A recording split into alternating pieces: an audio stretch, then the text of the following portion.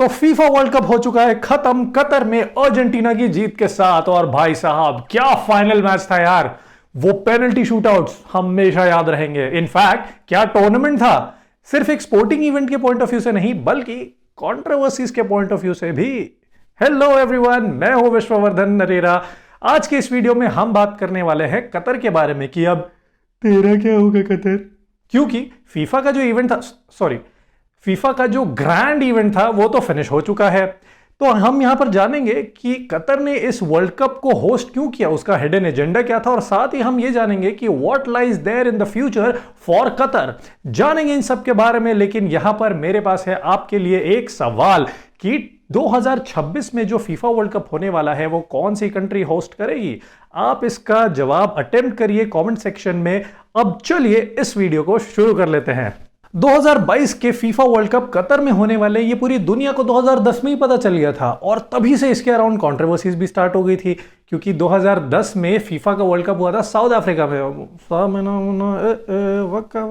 याद होगा आपको। तो तभी से जो है कंट्रोवर्सी स्टार्ट हो गई थी कि भाई फीफा ऑफिशियल्स जो है वो करप्शन कर रहे हैं। और उसके बाद हुआ 2018 का रशिया का वर्ल्ड कप। और इसी बीच में ना 2016 में चक ब्लेजर नाम के एक फीफा ऑफिशियल जो कि 20 साल से भी ज्यादा टाइम से फीफा का पार्ट रहे हैं, उन्होंने कबूल कर लिया कि भाई हमने पैसे लिए हैं।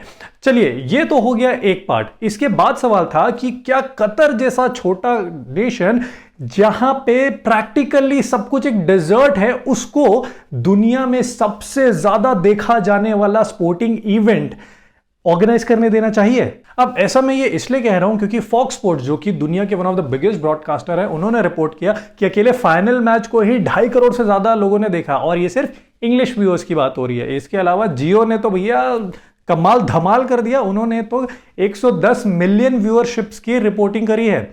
अब आगे बढ़े तो सवाल और भी थे कि भाई कतर इसे होस्ट कैसे करेगा, क्योंकि कतर के पास नेसेसरी इंफ्रास्ट्रक्चर ही नहीं थे, ना तो स्टेडियम्स थे, ना एयरपोर्ट थे, ना रोड कनेक्टिविटी थी। और भाई घास कहां से आएगी, पानी कहां से आएगा स्टेडियम्स में।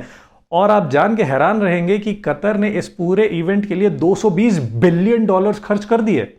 अब ऐसा नहीं है कि फीफा का जो होस्टिंग नेशन होता है उसके लिए बहुत प्रॉफिटेबल वेंचर होता है, क्योंकि मोस्ट ऑफ द रेवेन्यू जो है वो फीफा ही ले जाता है, लेकिन स्टिल इतने खर्च तो हुए। अब जैसे ही फीफा की होस्टिंग मिली कतर को, वो अपने काम पे लग गया। तो इसीलिए कतर ने एक बहुत बड़ी माइग्रेंट वर्कफोर्स को हायर करना स्टार्ट किया फ्रॉम अराउंड द वर्ल्ड। और इसमें इंडिया के भी काफी सारे वर्कर्स थे। अब दिक्कत तब हुई जब इन वर्कर्स ने बताया कि वहां पे उनको पुअर लिविंग कंडीशन में रखा जा रहा है। और उसके बाद बहुत सारी कंस्ट्रक्शन वर्कर्स की डेथ्स को भी रिपोर्ट किया गया, जिसके बाद ह्यूमन राइट एक्टिविस्ट्स ने इस मुद्दे को जोर शोर से पूरी दुनिया में उठाया। और ह्यूमन राइट एक्टिविस्ट की वैसे भी कतर गवर्नमेंट के साथ कुछ खास नहीं बनती थी, क्योंकि वो नाराज रहते थे हमेशा गवर्नमेंट से LGBTQ कम्युनिटी के ट्रीटमेंट को लेकर, क्योंकि कतर में होमोसेक्सुअलिटी इल्लीगल है। अब आते हैं कि भाई कतर का क्या इसके पीछे हिडन एजेंडा था। तो इसे समझने के लिए आप देखिए, ये सिर्फ एक मार्केटिंग कैंपेन या फिर एक प्रोपोगेंडा ही था। अब हम ये समझते हैं कि कैसे कतर की स्ट्रैटेजी या फिर बोलूं तो प्रोपेगेंडा कैंपेन को समझने के लिए हमें थोड़ी सी हिस्ट्री में जाना होगा। और हम यहां पर ध्यान देते हैं थोड़ी ज्योग्राफी पे। तो देखिए, कतर जो है वो ऑलरेडी 3 देशों से घिरा हुआ है, सऊदी अरेबिया, UAE और बहरीन। और तीनों ही ऑयल प्रोड्यूसिंग जाइंट्स हैं और तीनों की कतर से बिल्कुल भी नहीं बनती। और इन्होंने अपने डिप्लोमेटिक रिलेशंस तक कट कर दिए कतर से। वो इसलिए क्योंकि इन सारी कंट्रीज का कहना है कि कतर जो है वो टेररिज्म को फंड करता है और ISIS जैसे टेररिस्ट आउटफिट्स को सपोर्ट करता है, हेल्प प्रोवाइड करता है। अब इस वजह से हुआ ये कि कतर की इमेज जो है ऑल अराउंड द वर्ल्ड बहुत खराब हो गई। तो यहां पर क्योंकि उसकी इमेज खराब हो गई तो उसने इस स्पोर्टिंग इवेंट का सहारा लिया। और इस स्ट्रैटेजी को कहते हैं स्पोर्ट्स वॉशिंग। यानी कि आप एक बहुत बड़ा स्पोर्टिंग इवेंट को ऑर्गेनाइज करो जिससे लोगों का ध्यान तो सिर्फ स्पोर्टिंग इवेंट पे रहेगा कि वो इवेंट कैसा हो रहा है, कैसी प्रिपरेशन हो रही है, सारी चकाचौंध वहां की सिर्फ दिखेगी। और खिलाड़ियों की प्रिपरेशन कैसी चल रही है, देश कैसे प्रिपेयर कर रहे हैं इस इवेंट के लिए, यहां पर ही नजर जाती है। किसी का ध्यान भी कतर के ऊपर नहीं जाएगा कि उसने कौन से ह्यूमन राइट वायलेशन किए हैं और वो टेररिज्म को फंड करता है। इन सब चीज़ों पे ध्यान नहीं जाएगा। तो यही है वो स्ट्रैटेजी जो कि कतर ने यूज़ करी। और ये स्ट्रैटेजी मैं आपको बता दूं, हिटलर ने भी यूज़ करी थी। कब? 1936 के ओलंपिक्स को ऑर्गेनाइज करके। अब हमको पता है भाई हिटलर के टाइम पे जर्मनी का हाल क्या था। तो उसने भी इसी स्ट्रैटेजी को यूज किया था और 1936 के ओलंपिक्स को ऑर्गेनाइज किया था, जहां पे उसने एकदम लार्जर देन लाइफ वाली पिक्चर दिखाई थी जर्मनी की। वहां पे हॉस्पिटैलिटी इतनी बढ़िया और वहां पे लोगों के साथ ट्रीटमेंट इतना अच्छा किया जा रहा था, जबकि हमको रियलिटी पता है नाजी जर्मनी जो था वहां पे उनकी स्ट्रीट्स में एंटी जूस के स्लोगन्स लिखे रहते थे। तो इस इवेंट के टाइम पे उन सबको कवर अप कर दिया गया, उस पर पर्दा डाल दिया गया और जर्मनी सिर्फ अपना अच्छा साइड दिखाने लगा। इससे हुआ ये कि थोड़ी थोड़ी कहीं ना कहीं जर्मनी की सॉफ्ट पावर भी बढ़ी।